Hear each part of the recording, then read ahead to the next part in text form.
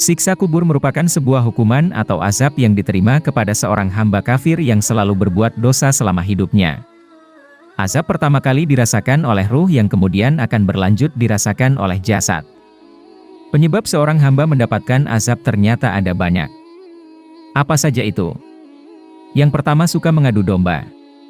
Suka sekali mengadu domba orang lain selama hidupnya. Mereka ini merasa senang hidupnya jika mereka melihat orang-orang di dekatnya bertengkar karena adu domba yang dirancangnya. Kedua, memahami Al-Quran tapi tidak diamalkan. Bagi seseorang yang paham dan hafal Al-Quran, alangkah baiknya jika mengamalkan ilmu tersebut. Percuma saja jika ilmu yang dipelajari selama hidup tidak diamalkan, akan menjadi sia-sia dan tidak bermanfaat. Ingat, sebaik-baik manusia yaitu yang bermanfaat buat orang lain juga. Hal itu juga berlaku untuk ilmu yang kita miliki. Ketiga, meratapi mayit. Menangisi seseorang yang sudah meninggal akan membuat mayatnya mendapatkan azab di alam kuburnya. Kenapa? Karena seorang yang masih hidup masih menangisinya. Makanya, ketika seorang meninggal, menangislah dengan sewajarnya, jangan terlalu berlarut dalam kesedihan tersebut. 4. Namimah dan ghibah.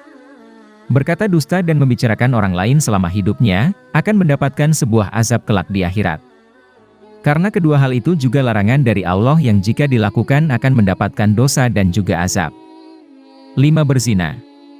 Seseorang yang selama masa hidupnya suka berbuat zina kelak juga akan mendapatkan azab dari Allah. Berzina sudah termaksud hal yang sangat-sangat dilarang dan dibenci oleh Allah dan Rasulullah.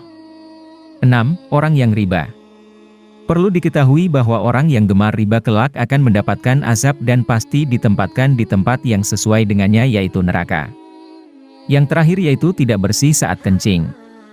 Contohnya, ketika kita ingin sholat dan keadaan badan dan baju terkena najis, sholat itu tidak sah dan justru mendapatkan azab kelak di akhirat.